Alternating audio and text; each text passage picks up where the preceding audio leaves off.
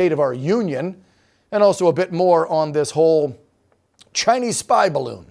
Representing Florida's 7th District, Army vet, and our pal, Congressman Corey Mills. Corey, welcome back to the program.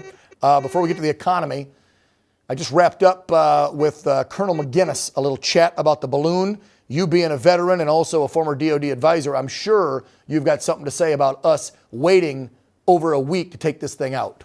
Floor is yours, sir. Well, I mean, look, the bottom line is this, Dan.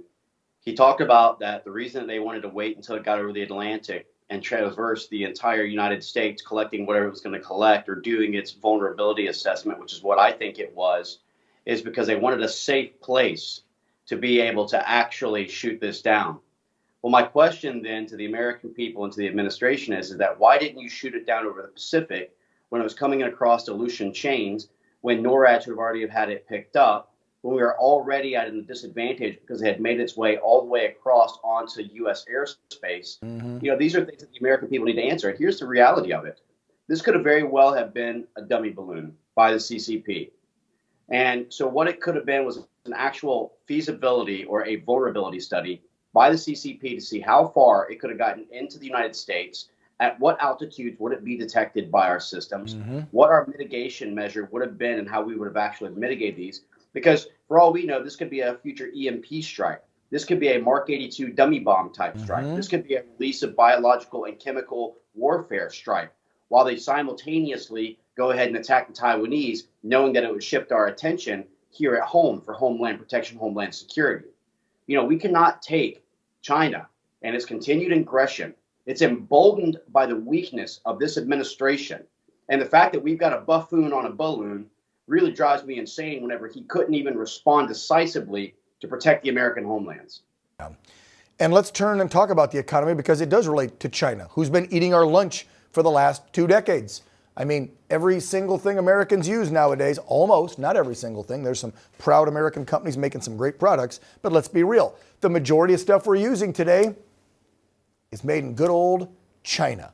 We're in debt to China to the tunes of trillions of dollars. There's Chinese nationals buying up farmland near our bases around our country, and then they're flying a balloon.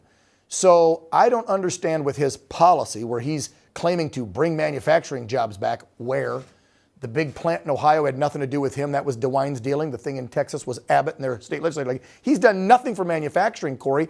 And then the jobs report, again, those are second and third jobs. People are trying to keep up with this inflation. That's a tax, inflation is. Name me one policy that he did that's helped curb inflation and create jobs. I can't think of any. Well, think about it. The states that you just named that he touts as being a great success are all what? Republican-led. And so the fact that he's even trying to go ahead and tout that as a success for himself is a bit of a joke. This is a guy who has attacked American energy, who has allowed our borders to remain open, who has continued to fail in the world stage from a foreign policy perspective, who has done nothing to build back our economy. And then he wants to go out and pass this false narrative that Republicans are out to cut Social Security and cut welfare and cut Medicare and cut Medicaid, which was never what the Republicans were out to do at all. We were out there to cut the waste, fraud, and abuse that's not just in our discretionary and indiscretionary spending, but also in our mandatory spending. And let's correct something.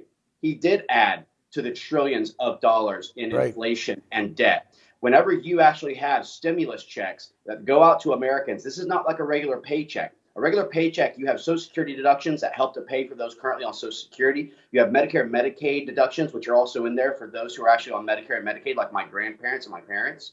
And when you give stimulus checks who have none of those deductions, it is simply driving up debt without adding in to any of our programs here at home. But he doesn't want to take responsibility for these things. And so the failures of our economy, the fact that we're in demand destruction under the modern monetary theory presented by the Democrats, the fact that they think that we can continue to print more money, which doesn't lead to the taxation by inflation, is a complete joke. If this was a State of the Union about Joe Biden's successes, it would be the shortest State of the Union speech ever given by any president. Yeah, well, we know that's not how it'll go tomorrow night. And I may call upon you, Corey, if you want to do some rebuttal after that speech. I'll be doing live coverage tomorrow of it. They're wrapping me up, like 30 seconds left, but I got to throw this one out there. Newsweek article, bring it up real quick, because a bunch of Dems and the media got their undies in a bunch. They're all upset because you, Mr. Veteran, handed out dummy, dud. These are inert. They're not active.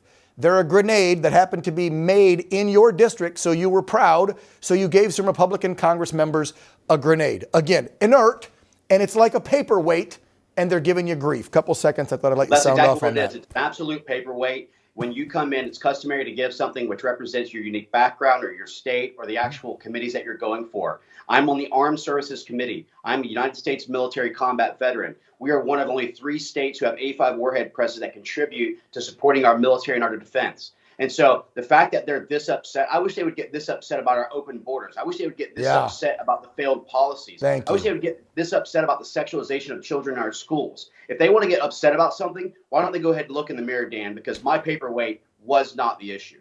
Boom. And mine must have got lost in the mail, so I'll resend my address. It's en route. You know, I'll have it right here, right next to the gun. Thank you, Corey. It's coming, Appreciate Dan. you. I promise you.